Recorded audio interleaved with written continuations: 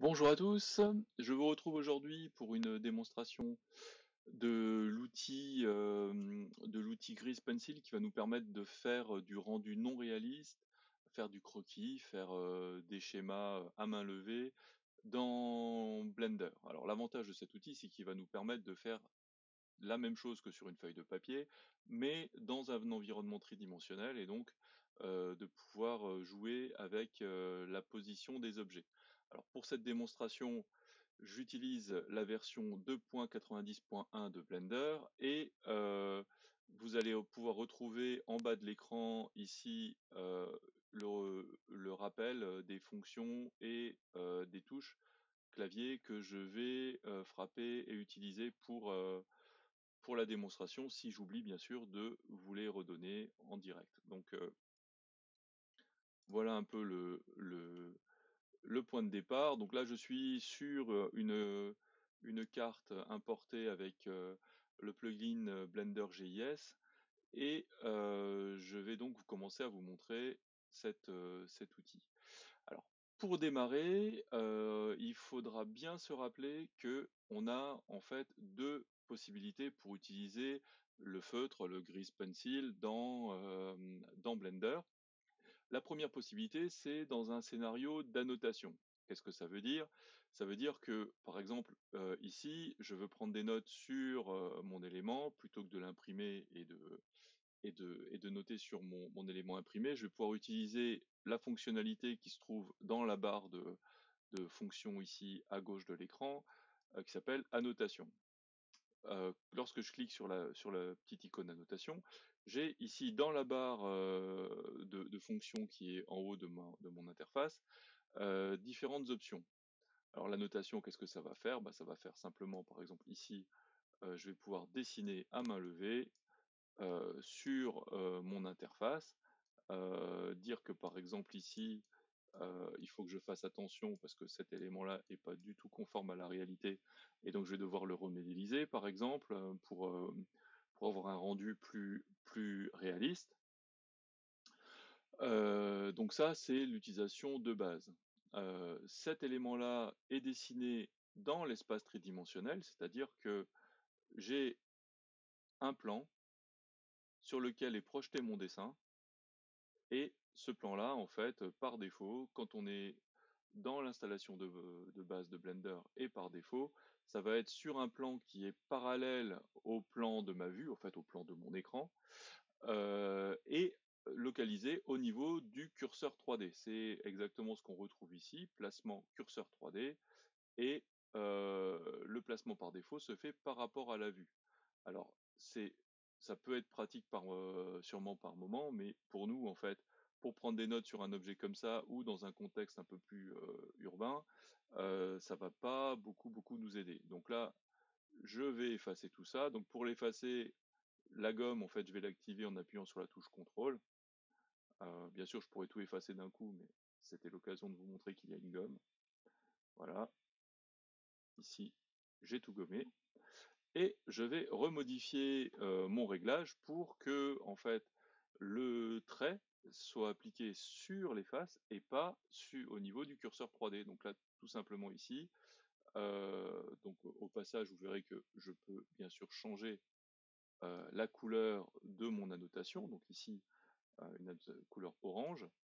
Je vais pouvoir créer plusieurs calques. Donc là, je détaillerai pas les calques dans cette vidéo, mais il faut savoir que ça existe et vous allez pouvoir les utiliser. Je vous mettrai des liens, bien sûr, vers des vidéos, des exemples dans les commentaires.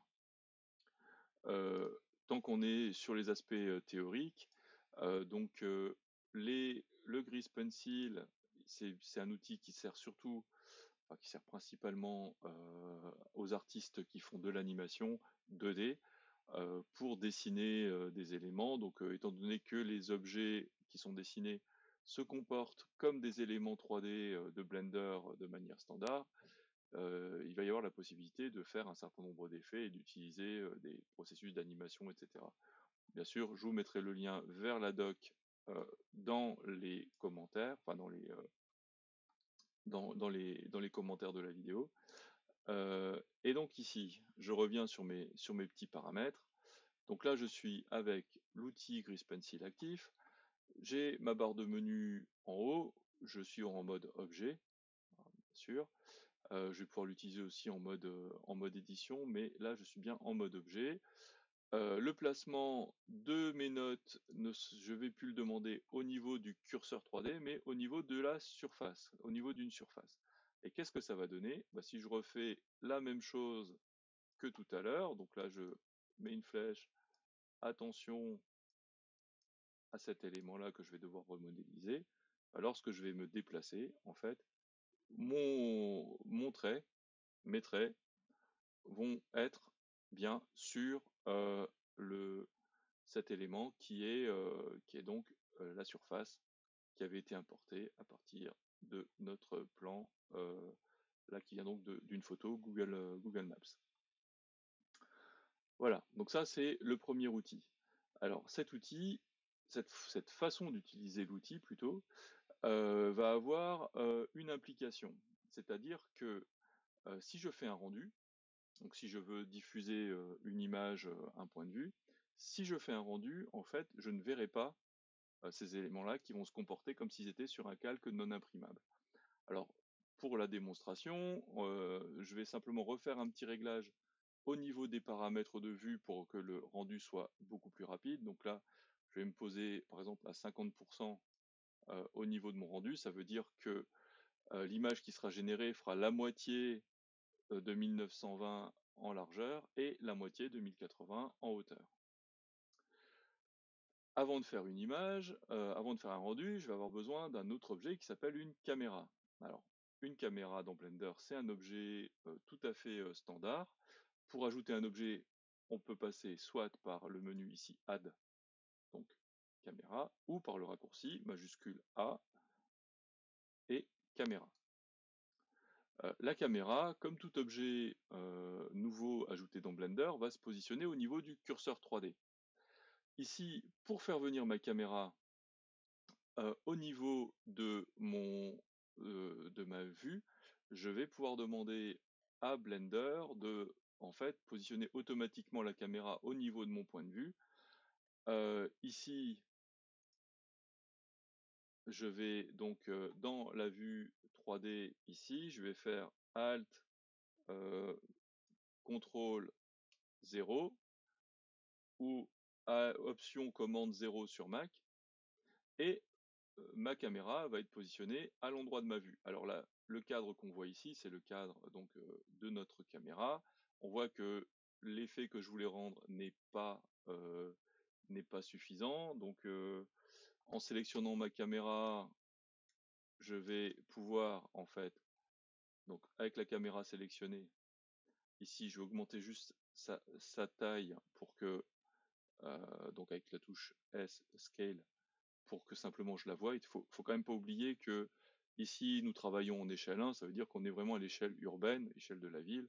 Donc ma caméra en fait qui était à l'échelle d'une caméra standard en fait est tellement petite que je vois simplement un point. Donc là j'ai juste fait un scale pour voir en fait mon objet.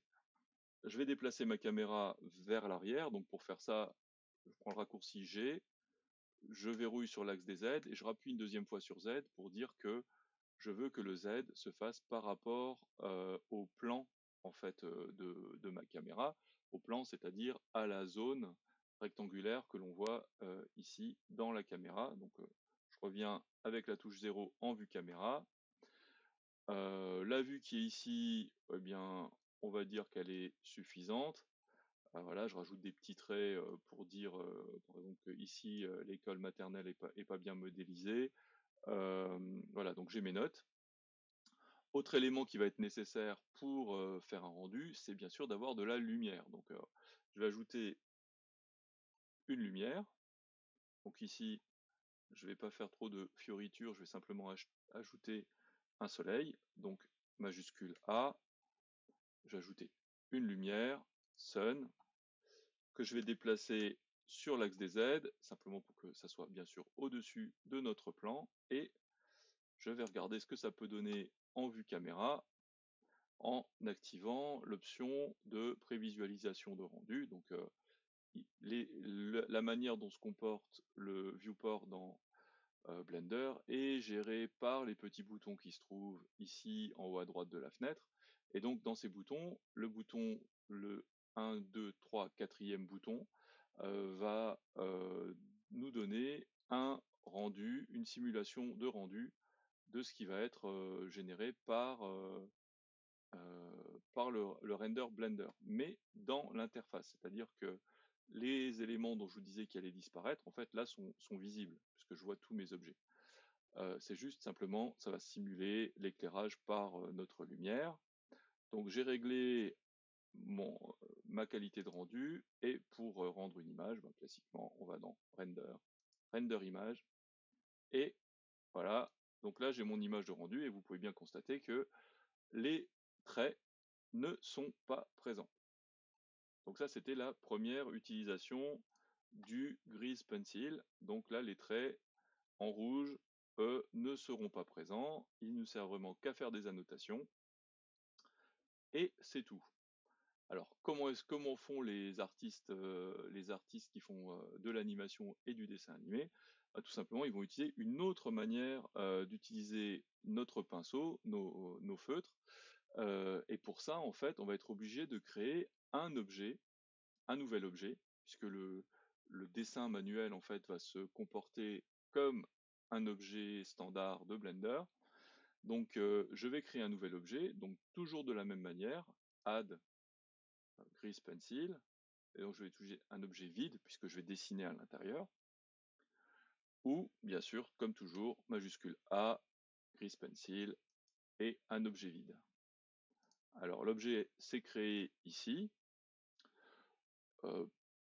Puisque c'est rarement une mauvaise idée de bien ranger son projet, dans mes collections, je vais ajouter une nouvelle collection. Une collection, c'est comme une boîte. Vous voyez le petit logo ici qui ressemble un peu à une boîte d'archives. Cette collection, je vais la nommer, par exemple, Croquis 01. Et à l'intérieur de cette collection,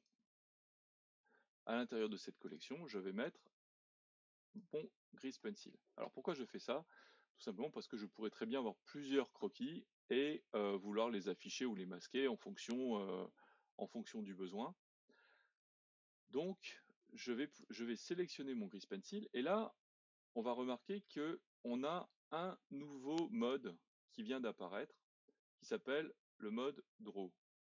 Si je sélectionne par exemple de la 3D, je n'ai pas le mode Draw ici dans les options des différents modes, puisque ce mode en fait est vraiment dédié au dessin, et pour dessiner, il faut dessiner à l'intérieur d'un objet, et cet objet, donc c'est l'objet Grease Pencil. Alors, je peux le renommer, hein, cet objet, je peux l'appeler par exemple schéma, hop, SC01, exactement ce qu'on veut. Et maintenant, pour dessiner à l'intérieur de ce Grease Pencil, là, il va bien falloir faire attention. En fait, si je continue de dessiner avec cette option qui se trouve ici, en mode objet, je vais simplement ajouter des éléments, mais qui seront dans les calques en fait d'annotation, et pas dans le Grease Pencil. Donc en fait, le logo est le même, sauf que, attention, un coup il va s'appeler annotation, et un coup il va s'appeler draw. Et quand on est dans le mode draw, donc pour que ça soit actif, je rappelle, il faut que on ait un objet Grease Pencil qui soit actif, enfin sélectionné. Et au niveau des options, on va pouvoir choisir le type de pinceau, de feutre que l'on va utiliser. Vous pouvez en créer, il y a des vidéos qui montrent ça. Si vous faites un peu de recherche et que vous avez envie de reproduire exactement votre environnement de dessin 2D traditionnel, c'est possible. Donc là, je vais laisser le paramètre de base ici. On a la possibilité, comme on l'avait vu tout à l'heure, de créer des calques, ça on verra plus tard. Des textures, enfin des matériaux. Les matériaux, ça va être basiquement les couleurs en fait de nos feutres. Le rayon, bah, ça va être le rayon de la pointe qui est exprimé en pixels. Blender a la possibilité de récupérer les informations de pression si vous avez une tablette graphique. Là je n'en ai pas, j'ai simplement une souris, donc je vais pouvoir le désactiver, ça n'aura aucun effet. Mais si vous avez une tablette graphique, en fait, ici, la résistance à la pression va pouvoir être utilisée et tout un tas de petits perfectionnements. Donc ici, si je commence à dessiner, il va bien falloir que je fasse attention à pas reproduire le même problème que tout à l'heure, c'est-à-dire que il faudra que j'active en fait ici le fait que je ne dessine pas à l'origine, mais que je vais dessiner sur une surface. Et là, j'aurai la possibilité également de travailler sur des plans. Alors pourquoi? Tout simplement parce que c'est un outil qui est prévu pour faire de l'animation et donc pour travailler plutôt sur des vues frontales et ou latérales. Mais ça, en fait, c'est pas ce que nous allons utiliser. Donc on va rester sur des paramètres de base. Et si je commence à dessiner, alors avant de commencer à dessiner, euh, je vais simplement regarder quel est le matériau que je vais utiliser. Alors pour les matériaux, on y reviendra dans d'autres vidéos sur le rendu et les matériaux. Là, je vais simplement vous montrer la manière de changer la couleur. Il faut aller retrouver ce petit logo ici dans le menu de droite. Donc, il se trouve quasiment en bas, il est ici. Et là, en fait, je vais créer, là, vous voyez que j'ai aucun matériau. Donc, je vais créer un nouveau matériau. Il va s'appeler, alors je vais l'appeler par exemple feutre vert. Ce feutre vert, je vais lui donner comme couleur de base, donc ici, base color, je vais baisser un petit peu la valeur, et je vais lui donner un vert. Voilà, donc là, j'ai un matériau qui s'appelle feutre vert, et ce feutre vert, il va me servir à dessiner. Alors, si je commence à dessiner sur ma surface ici, bah, je vois rien. Alors, ça ne veut pas dire que j'ai pas dessiné, puisque en fait, j'ai bien un élément ici qui a été rajouté dans mon Grease Pencil. Ça veut simplement dire que, étant donné que là je suis sur une échelle urbaine, en fait, mon dessin est très très très très grand. Et donc, pour le voir, je vais devoir augmenter considérablement la taille de mon pinceau. Donc si par exemple ici je mets 1200, je me remets à dessiner, là on voit que mon dessin est visible et mon dessin a bien été positionné euh, sur ma vue. Voilà. Et donc là, si je fais un rendu, je vais faire même un trait encore plus gros.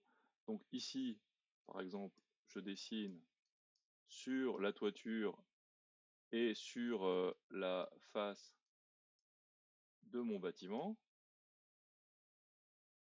Cet élément-là, quand je vais faire un rendu, donc render image,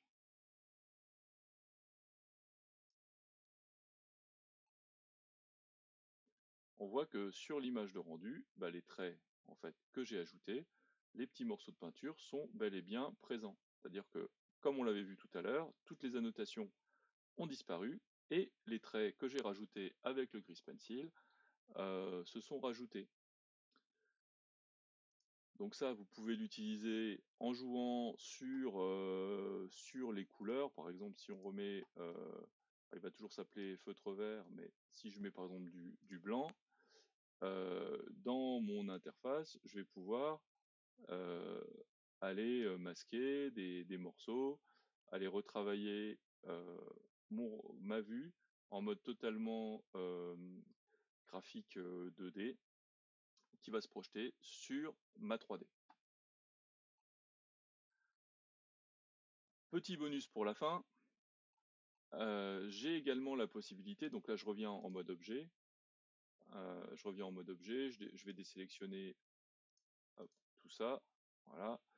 Petit bonus pour la fin, en fait, je vais aussi avoir la possibilité, si par exemple je veux travailler sur ce bâtiment ici qui fait l'angle.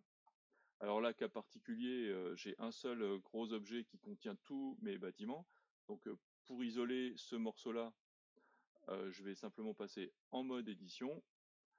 Je vais sélectionner tous les points qui correspondent à ce bâtiment. Pour sélectionner tous les points, toutes les lignes ou toutes les faces qui sont connectées à un objet, il y a un raccourci dans Blender qui s'appelle rechercher les éléments liés. Raccourci c'est L. Donc j'appuie sur L, je récupère tout mon bâtiment ici.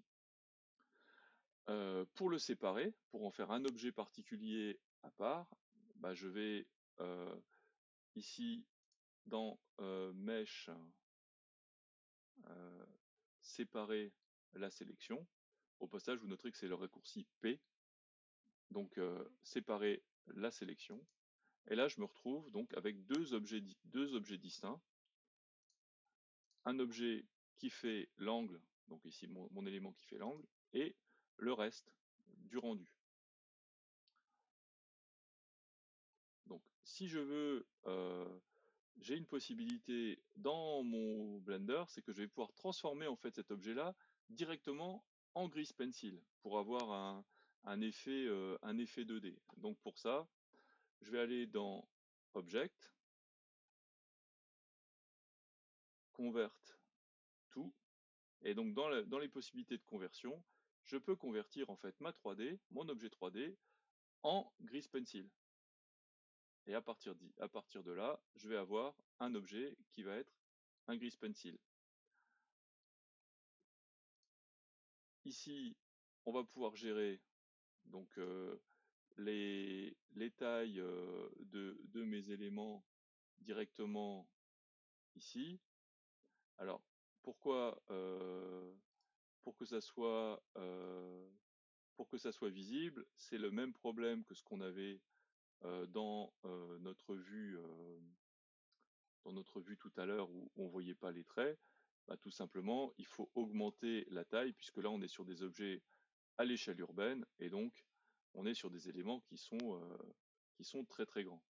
Donc là, si je relance un rendu pour vérifier ce qui se passe, je vais avoir un élément rendu ici donc en Grease Pencil. Alors bien sûr, on n'a pas travaillé les couleurs, on n'a pas modifié, mais là vous voyez un peu le fonctionnement général de cet outil qui va nous permettre de transformer de la 3D en éléments de traits 2D, mais qui sont bien entendu présents dans l'interface tridimensionnelle, ce qui fait que notre objet tel qu'il est là, si je veux réaliser une vue qui est une vue de l'autre d'un autre point de vue, bien sûr, je déplace ma caméra. Donc ma caméra, je vais la déplacer voilà, comme ceci pour qu'on voit un petit peu mieux.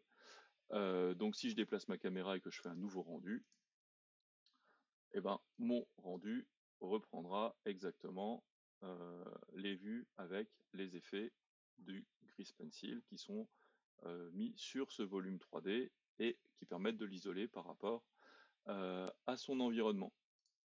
Donc on reviendra plus tard sur les aspects strictement rendus, donc éclairage, texture, etc.